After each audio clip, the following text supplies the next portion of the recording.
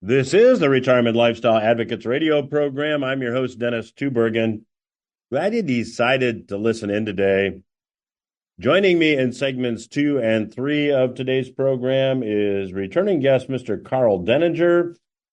I'm going to chat with Karl about the current state of the economy and where he thinks we go from here. I want to remind you that since it is the month of June, I do have a brand new June special report for you. It is my mid-year market forecast. If you're wondering where stocks, bonds, gold, and the U.S. economy might head for the rest of the year, I'd invite you to get this report. It is absolutely free. All you need to do to get your copy is visit requestyourreport.com. The website, again, is requestyourreport.com. Just let me know where to mail that report, and I'll be very glad to get it out to you. So as we're speculating and we're forecasting about what might happen for the rest of the year, I've often stated it's my view that before the summer is over, we'll have to see if I'm right, that the Fed will reverse course, maybe even at the July meeting that's happening at the end of July, and the Fed will reduce interest rates. Now, why do I think this? Well, first of all, the economic news is not great. I'll talk about this more with my guest today, Mr. Karl Denninger.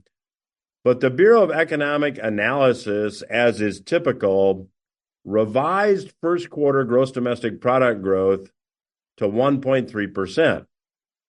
Now that's down from 3.4% the prior quarter.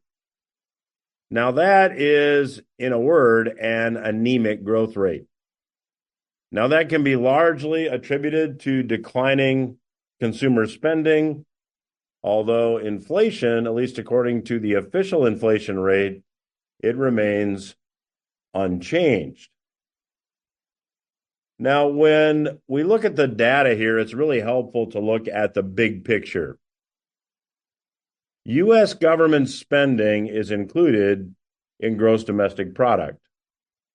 So when the U.S. government spends money in excess of the tax receipts. In other words, when the U.S. government spends more money than it takes in, that deficit spending is added to the economy. It's counted as economic growth.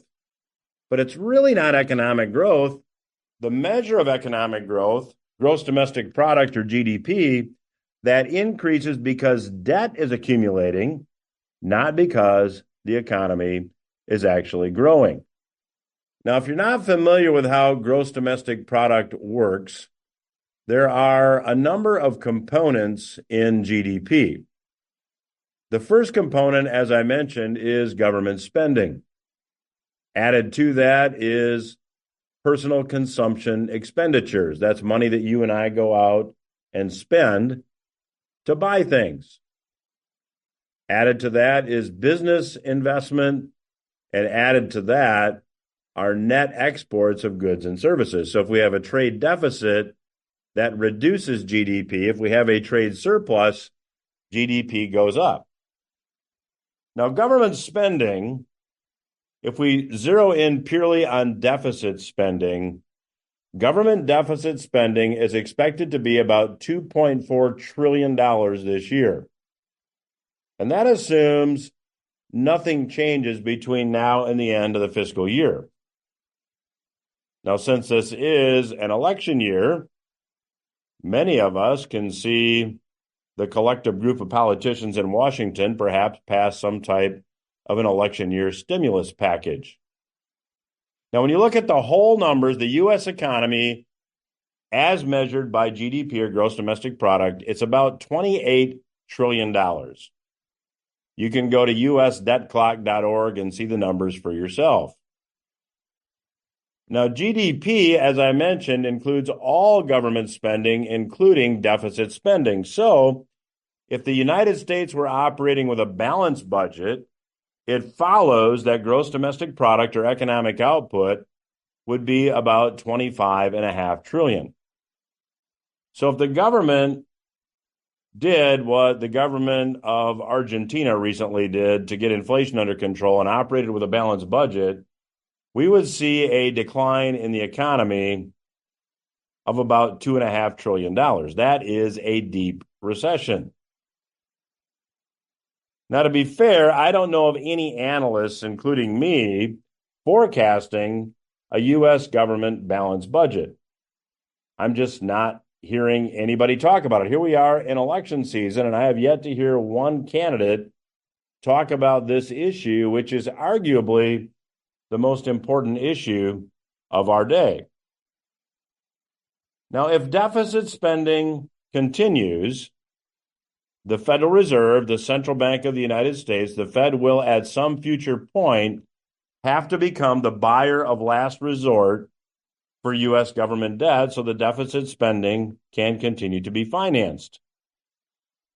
Now, should we get to that point, inflation will accelerate beyond anything we've seen to date.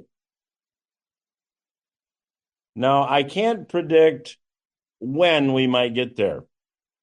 We may not even get there. Maybe some future Congress will act responsibly and balance the budget to get inflation under control. However, if that doesn't happen, what I can tell you is at some future point, we will get there. We will get to the point that the Federal Reserve, the central bank of the United States, becomes the buyer of last resort of U.S. government debt.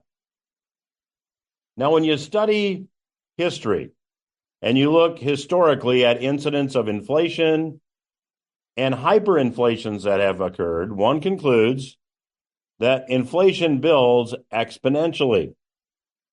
Hyperinflation seemed to materialize suddenly and seemingly out of nowhere, kind of like a lightning bolt on a blue sky day. Now, I've heard this analogy, past guest here on the program, Dr. Chris Martenson, I believe, used this analogy about hyperinflation. It's like adding drops of water to Yankee Stadium, doubling the number of drops every minute. So the first minute, you add 1 drop of water. You don't even notice it. The second minute, 2 drops. The third minute, 4 drops, and so on. It takes about 45 minutes to cover the bases, but only about 15 minutes to fill up the rest of the stadium. That's how quickly hyperinflations can occur. Now, we all hope that we don't reach that point, but we can all agree that to avoid getting to that point, the current spending trajectory has to change. And it's got to change relatively quickly if we hope to avoid such an outcome. The point is simply this. By the time hyperinflation arrives in earnest, if it does, there is no time left to prepare. That's why I suggest that many retirees and aspiring retirees consider owning precious metals now as an inflation or perhaps even a hyperinflation hedge. I'm going to talk more about this in the last segment, but there's certainly an argument to be made for silver as part of one's precious metals portfolio. And please, this is not financial advice. Work with someone who can give you good financial advice. I'm talking in general terms here. But when you look at silver, silver has historically served a couple different roles. It's been an industrial metal and it's been a monetary metal. Now, at the present time, when you look at silver's role as an industrial metal, its role is expanding, and mining output is now not keeping up with industrial demand. Solar panel production has increased, and as solar panels have become more efficient, part of that improvement in the efficiency of these solar panels has new solar panels being made that use more silver than the older, less efficient solar panels. So silver use by the energy sector is one of the primary factors driving the overall demand for silver. And there's no reason to believe that this won't continue, And there's also the role that silver has served historically, which is as a monetary metal. Now, again, I'm going to talk more about this in the last segment of today's program, but if you're just joining me, be sure to visit Request Your Report to get your copy of the mid-year market forecast. If you're wondering where stocks, bonds, gold, and the U.S. economy might be headed in the near future, go visit requestyourreport.com. I'll send you a complimentary copy of that report. And when you request the report, I'll also include a copy of the revenue sourcing book, my best-selling book from 2020, rewritten for 2024. I'll also send you a copy of the Little Black Book on Social Security maximization. So again, all that is available by visiting the website requestyourreport.com. Also, a lot of free resources available at retirementlifestyleadvocates.com. Retirementlifestyleadvocates.com. You can get the weekly headline roundup newscast there, as well as the newsletter. That, again, is retirementlifestyleadvocates.com.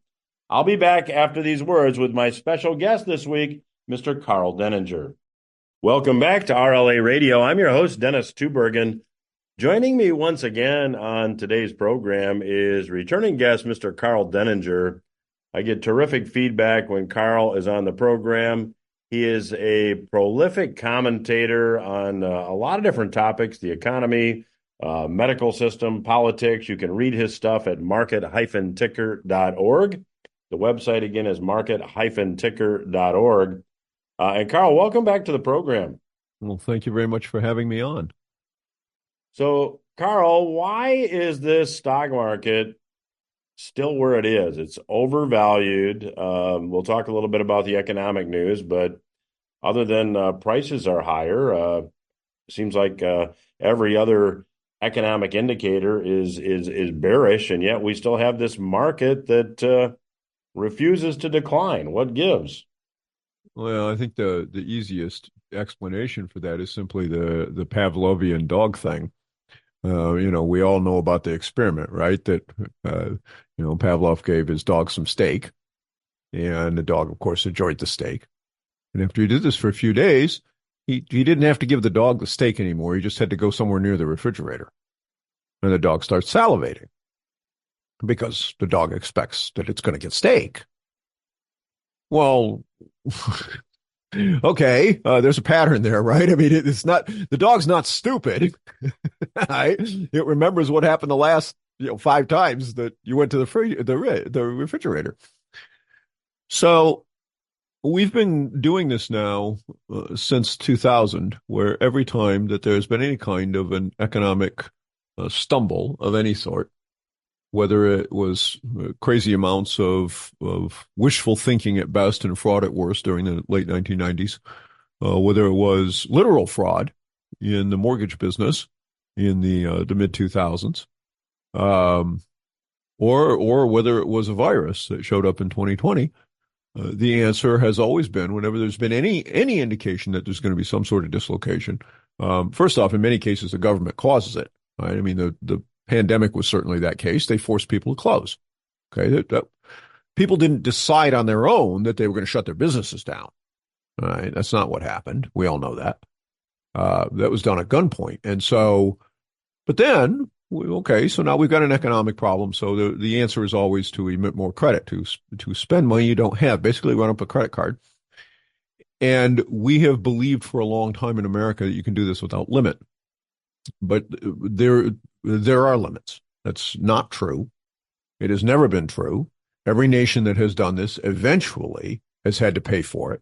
And frequently, when they go too far, pay for it means the collapse of civil society, or at least the political system, and its replacement with something else, usually to the detriment of the common person.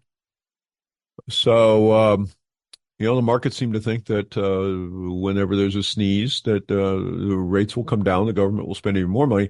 But the problem with this premise is that when COVID came and we had a pandemic, the government forced everybody closed, they handed out a couple $1,000s worth of stimulus checks. You guys remember getting those? I think everybody listening remembers, getting a couple of $2,000 checks in the mail, right? So, do you realize that if you're a median earner in this country today, So you make the median income, that every single year, the inflation that resulted from that has cost you $17,000 every year. Well, it's going on 4 years now. Okay. So that $4,000 that you got, all right, you didn't really get $4,000. In the first year alone, 17 grand was extracted from your purchasing power, which is 4 times the amount of money that you got. Well, where'd the rest of it go? Well, it went to all the people that sold overpriced medicines and ventilators and whatever else on no bid contracts, and the government taking what was a $4 trillion annual budget, turning it into $6. It's $2 trillion a year. Now, maybe that was in the beginning of this when we didn't know, and there was maybe this really was going to be a disease that was going to kill 90% of the people. Got it. We did not know that in the first couple of weeks. But once we did know that that was not true, continuing those policies was insane, fiscally insane. And to have continued to do it after this was over is even more so. And yet not only has there been no retraction of any of that spending level over the last couple of years, if anything, it's gotten larger. Well, Karl, let's talk about that for a minute, because, the CBO at the beginning of this fiscal year, I think, projected a $1.4 or $1.5 trillion deficit. We're now on track for about $2.4 trillion. That's the last number that I saw. If you take the deficit, the money the government spends that they really don't have, and you take that off GDP, isn't this economy really already in a recession if it wasn't for this deficit spending, this reckless spending? Oh, yeah, and it has been for the last 3 years.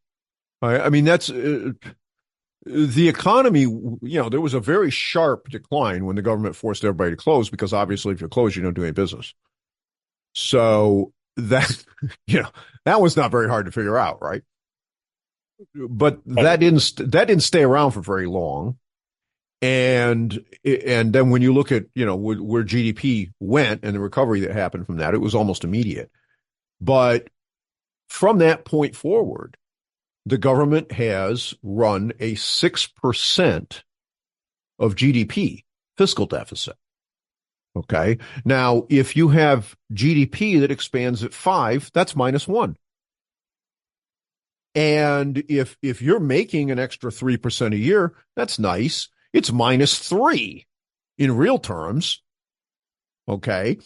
And this is the structure that we have today. And parts of the market have sussed this out. The bond market says, everything's closed as we record this.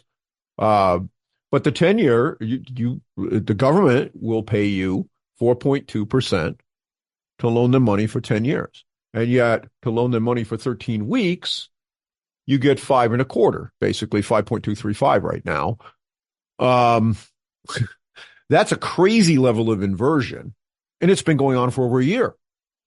Now, at this point, it's been going on for longer than at any other time in my charting history. In other words, as far back as I can go with my economic charting. There might be something this bad in the 1930s. I don't know, because we didn't have the record keeping and the ability to look this stuff up and actually graph it in a way that makes any sense. But certainly in the modern financial era, we've never had anything like this. Even the 1970s, no, because I can go and chart that stuff. So we have a market that still is playing Pavlov here, that says today you can stick your money in 13-week T-bills and get 5.25. But if you put your money in 10-year bonds, you get 4.2 and change. And that doesn't make any sense. The only way it makes sense is if on a 10-year basis, the government is going to emit less than a 4% deficit from a standpoint of GDP over the entire 10-year period, compounded. Okay. Well, that's fanciful nonsense, because that would mean that the fiscal deficit would have to be about 2.5. A 4.2% 10-year bond only makes sense in a 2%-ish deficit world, but it's 6. So, Karl, let me go back because you said something at the outset of this segment. If you're just tuning in, I'm chatting today with Mr. Karl Denninger. You can read his blog at market-ticker.org. Karl, you said at the outset of this segment that, you were essentially running up the credit card, which is really what we're talking about here. And we all know that has to stop. There is a limit. How close are we to reaching that limit? And in the time we have left, when we get there, what does that look like? How is our average listener going to be affected? I don't know exactly where it is. It has a habit of showing up in economies across the world without very much in the way of warning. What I do know is that it will mean essentially a cessation of credit availability for the average person. When this arrives, it is likely to do so in the same sort of way that it happened in the late 1970s and early 80s, where mortgages are 15%, all right, which basically means unavailable at today's kind of prices. And the same thing's going to happen with automobiles, and so many people these days, they have a credit card, but it's not paid off every month, right? So they essentially finance their life. That's already usuriously expensive. I mean, so a lot of your credit cards are 28% interest and things like this. But at a certain point, what ends up happening is that gets ratcheted back because that unsecured debt, the bank cannot do anything to you other than ruin your credit if you don't pay them. So, I mean, they can ultimately force you into bankruptcy, I suppose, but that doesn't get them the money. So the only thing that ultimately ends up happening, and we saw some pieces of this in the 07-08 timeframe, but it never really got going, is that you have a $2,000 balance on your credit card, and they set the outstanding balance available to $2,000. You can't charge anything. You pay off $100 of it, now it's $1,900, and they ratchet it down to $1,900. You still can't charge anything. Okay. And that continues until you either give them the finger and force, and go through a bankruptcy process. And then of course you lose all your stuff except maybe your residence or you pay them off. But it becomes unworth it from their point of view. And businesses in the markets, this is extremely important too, because if you look at the history of corporate credit over the last 40 or 50 years, nobody ever pays any of these bonds off. Nobody ever pays this debt off. And so what happens when that occurs there? Because it probably will. Well, that has to lead, Karl. In fact, I'm going to have to leave it there. We're just about out of time in this segment. We'll pick it up again in the next segment. My guest today is Mr. Karl Denninger. You can read his blog at market-ticker.org. I'd encourage you to check it out, market-ticker.org. I'll continue my conversation with Karl when RLA Radio returns. Stay with us. I'm Dennis Tubbergen. You're listening to RLA Radio. I'm chatting today with Mr. Karl Denninger. His blog can be read at market-ticker.org. Karl is a prolific commentator. I follow his work frequently. I'd encourage you to do the same. Again, market-ticker.org. So, Karl, we're talking that, at some point, credit will go away. But banks will start to pull back credit. Doesn't that lead to this deflationary depression, to use that term, that really has been building for a very long time? Well, yeah, it does. But remember that deflation is only bad if you're one of those people that thinks that we really ought to have price increases all the time because of the expansion of credit supply. And that credit and money, while they spend exactly the same way, are not the same thing. The only people who profit from a rapidly inflationary environment are the people who get their hands on the credit first, because they get it before the prices go up, and you get it after the prices go up. Okay, so you don't get anything from it. I mean, that's the whole problem with what went on during the pandemic, is that you got a couple of $2,000 checks. But 6 months later, prices were up, to the tune of $17,000 against the median income earners' wages. So you got $4,000, but you got screwed out of 12. And, and people look at they look at me like I got six heads. And then I say, well, wait a minute. It's even worse than that because you didn't get another set of $2,000 checks the next year. Okay. But you're still paying the 17 grand more. And so, deflation, however, is the exact opposite. If you're frugal and you live below your means, that purchasing power goes up. It doesn't go down, it goes up. But that's a good thing, right? I mean, your $10,000 buys the same thing that $12,000 bought last year. Wouldn't you love that situation as an ordinary person?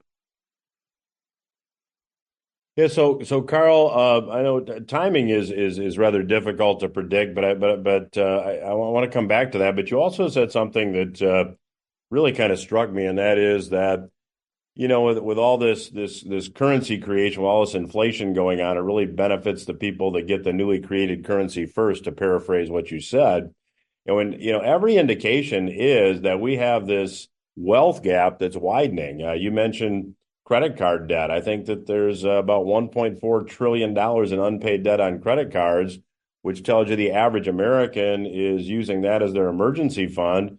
And at the same time, if you're a housekeeper in Palm Beach County, Florida, your starting wage is 150 grand. I mean, this is almost lunacy, isn't it? Well, yeah, it is. It's insane. There's no logic to any of it, but this is what happens when this kind of policy gets root and you end up with a large percentage of the population that makes its money this way. I mean, you look at healthcare, for example, the one person in five, roughly, in our economy today makes their money that way. That's how they earn a living. And yet, out of those people, 10% of them are doctors and nurses that actually provide care to human beings. Okay. I mean, if you break your leg, that's a doctor and a nurse that take care of fixing that, right? Everybody else is just extracting money from people. They're not providing any value to anybody. They're stealing value. And yet, that's what happens in economies when this kind of a extraction racket becomes the way it works. And by the way, this, over 100 years ago, this led to a series of laws, a 15 United States Code, Chapter 1, which prescribed felony criminal penalties for doing this. And it was precisely because in the 1800s, this was done to people. And everyone says, well, but we were on a gold standard then. That made this kind of game playing impossible. Oh, really? Then why did we have to pass the Sherman Act? Well, because when it blew up in everybody's face in 1873, there was a extremely bad depression. And the reason it had happened was exactly this. We had railroad barons and such that were issuing credit. They had absolutely no ability to pay, but, everything will be wonderful in another 2 years. We'll be able to pay you. Well, that went on until it didn't. And when it failed very badly, and an awful lot of people lost everything they had. So the government said, look, colluding together to do this kind of thing and ramrod this sort of stuff down people's throats, we're going to make that a crime. And if you do it, you're going to go to prison for 10 years. And today, nobody goes to jail. So we've got the same problem, but the law is there to stop it. We just refuse to insist that it be enforced. So I want to come back to that if we have time, but you talk about what happened prior to the Long Depression of 1873, and it seems like there's this predictable cycle that we see. Credit build to the point that it's unsustainable. We get inflation, we get bank failures, then we go into a deflationary type environment. So my question for you is this: I interview a lot of arguably very smart people on this program. I have those that say we're going to go into a deflationary environment fairly quickly. I have others that say, no, first we're going to go through a highly inflationary or hyperinflationary environment before we get to a deflationary environment, maybe not unlike Weimar Germany after World War I. What say you? Well, Weimar Germany was a particularly pernicious case of this that was caused by the Allies imposing a reparations payment schedule on Germany that was impossible for them to meet with their factory production. A lot of that due to the fact that we blew it all up. It's kind of hard to build stuff after the people you just fought got done bombing you to bits, right? Um, which I mean, now to be fair, I mean that kind of thing happens in a war, right? I mean, there's a winner and there's a loser, and usually both sides have a lot of damage on their infrastructure, and the loser usually gets the worst end of it. And that did happen, and then the Allies thought that it would be an appropriate thing for us to essentially try to force the Germans to pay for us having to blow them up, right? Which, I mean, that's a little odd, but we've men come up with some odd things sometimes. But Weimar was to a large degree an attempt to cope with that. And you have to realize that Weimar was also the result of a lot of social degeneracy that took hold in Germany, because the traditional way to make money didn't get you anywhere. You couldn't hang on to any of it. You couldn't build wealth and then buy a house, for example. It was impossible because they were they were inflating a currency to the point that was a pointless exercise. And so you ended up with a lot of sociological degeneracy within within society. And the people eventually got tired of that, and then this funny Austrian guy with a mustache showed up and said he could fix everything, but there would be a few sacrifices. So where do you think we go here? Well, I don't think we get the hyperinflationary kind of environment at all. My inkling is that we've already had the inflation. If you look at the reality of it, we're 30% into this, right? I mean, that's 1970s or worse level bad at this point. We've already had that. There is a school of thought that inflation is starting to come down and we can maintain this price level. The problem is that unlike what happened in the 1970s, we don't have any buffers left. In the 1970s, we essentially threw women out of the house and made them go to work. So we took a one-income household, we made it a two-income household. And that was quite a buffer on the inflationary impact of those policies. And so people were able to make that function. But that's already been used. Okay, you can't use something twice. So my suspicion is that when we go over the edge on this, and I think it's going to start fairly soon, there'll be a lot of attempts within Congress to resist this. But ultimately, the bottom line is that government spending has to be chopped to less than the amount of revenue that Congress and the people was willing to tax and the people are willing to tolerate. That ultimately means you have to smash healthcare. You have to destroy the current system that exists. And you cannot go to a socialized system because all that does is put more inefficiency into it. That makes it worse. So ultimately what has to happen is that, whether you lock people up or you just simply say, we're not going to allow you to do this anymore. And that system collapses, and those people that are in there and are not doctors and nurses are going to have to find some other way to make a living doing something else.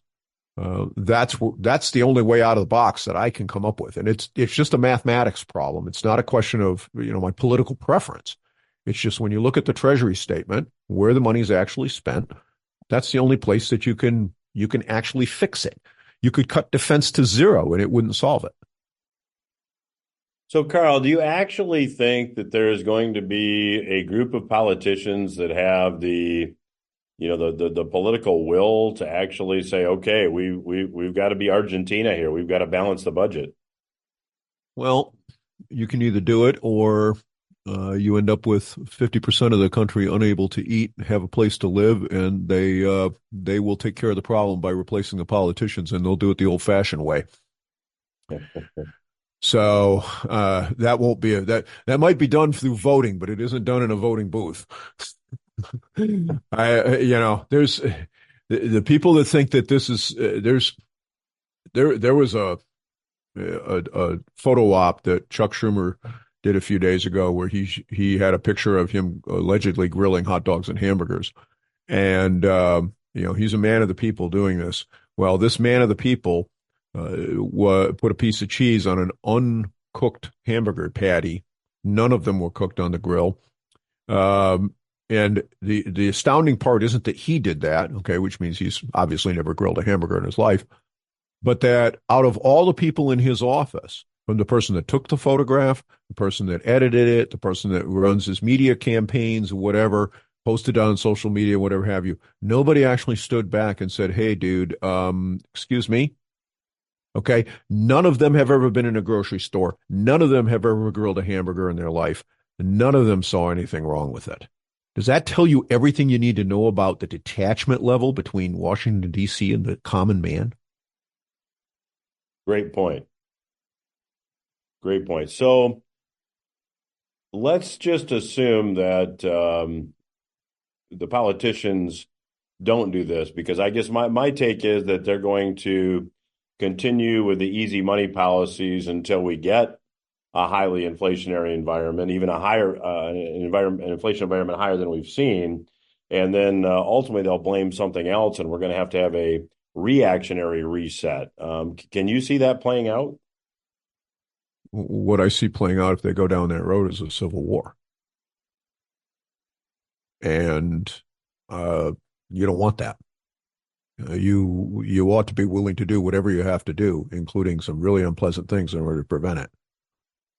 But that's where that leads, because you're already at the point in large parts of this country where it is not possible for the median income person to actually afford to live. We can't continue to do that. I mean, people talk about this housing thing just as one small example, the housing situation between, rents and purchasing houses. Do you realize that just with the people that have been allowed into this country illegally over the last 3.5 years during this last administration, and certainly it didn't start with Joe Biden. It's been going on for an awfully long time. But just then, if you made all of them leave, which, by the way, there's a law that's been on the books since the 1950s that says that anyone that assists somebody who does this gets 10 years in the federal slammer. If you just enforced that law and they left, we would have 5 years of housing supply instantly appear in the United States. 5 years of average build of houses. Well, that would cause the cost of housing to collapse. That would solve that entire problem all at once. So there are answers, and they don't require radical.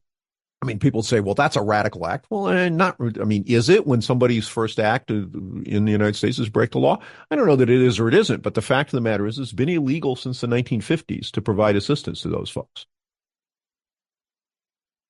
Well, the clock says we're going to have to leave it there. My guest today has been Mr. Karl Denninger. His website is market-ticker.org. The website again, market-ticker.org. I'd encourage you to check it out. Karl, thank you for joining us today. We get terrific feedback whenever you're on the program, and I'd love to have you back down the road. Anytime. Thank you. We'll return after these words. You are listening to RLA Radio. I'm your host, Dennis Tubbergen, and thanks again to my special guest, Mr. Karl Denninger, for joining us on today's program. If you've not yet requested the June special report, it is a mid-year market forecast. If you're wondering where gold, stocks, bonds, and the U.S. economy might be headed in the second half of 2024, I'd invite you to visit requestyourreport.com and request the report. I'll be glad to send it to you. All you need to do is let me know where to mail it. I need your name and address. I'll send you the report absolutely free and with no future obligation. I'll also send you a copy of the Little Black Book on Social Security Maximization. I'll also send you a copy of the Revenue Sourcing Book. All that information, all those resources are available for free. Again, go to requestyourreport.com. Let me also remind you there are a lot of free resources available on our website at retirementlifestyleadvocates.com. You can get a replay of the Headline Roundup newscast that happens every Monday noon, where I discuss current headlines. You can also get a copy of the weekly Portfolio Watch newsletter. So again, that is at the website, retirementlifestyleadvocates.com. So in the event that the Fed does become the buyer of last resort for U.S. Treasuries, in the event that there's quantitative easing or currency creation that takes place to accomplish that end goal, I've suggested that it may make sense to consider talking with a financial professional about adding precious metals to your portfolio.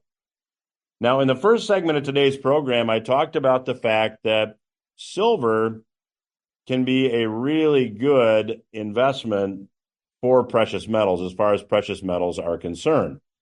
Now, that doesn't mean that silver is guaranteed to go up. However, conditions at this point are really perfect for higher silver moving ahead if your time frame is long term. Now, one of the industries driving silver demand is the production of photovoltaic panels, solar panels.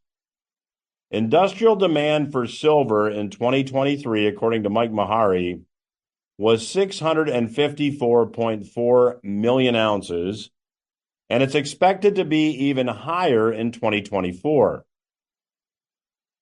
Now, silver is the best conductor of electricity of all metals at room temperature, so this is why it's so important in the production of solar panels. Now, each solar panel uses about 20 grams of silver. Now, that's not a lot.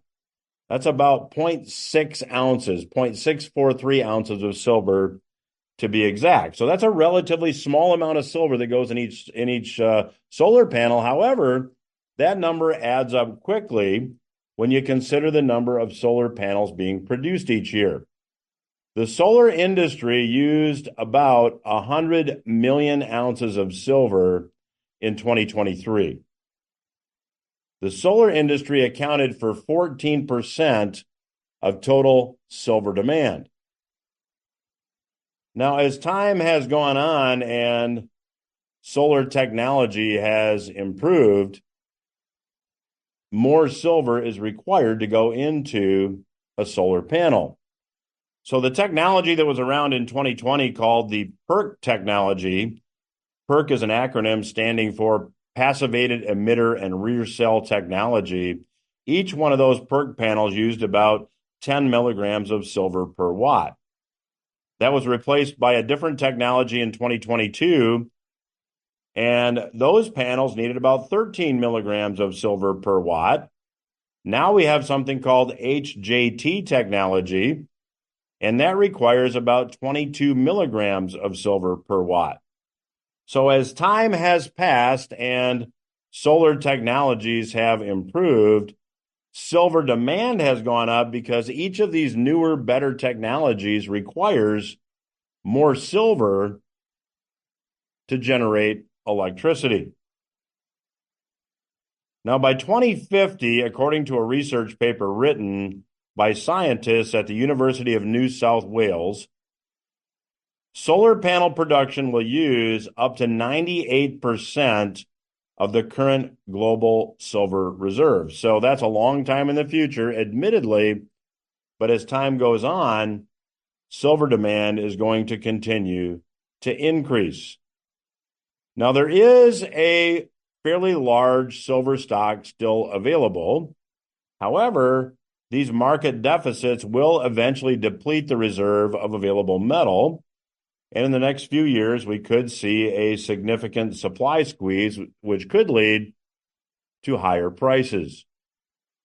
Now, industrial demand is an important factor driving silver prices, but silver is also a monetary metal.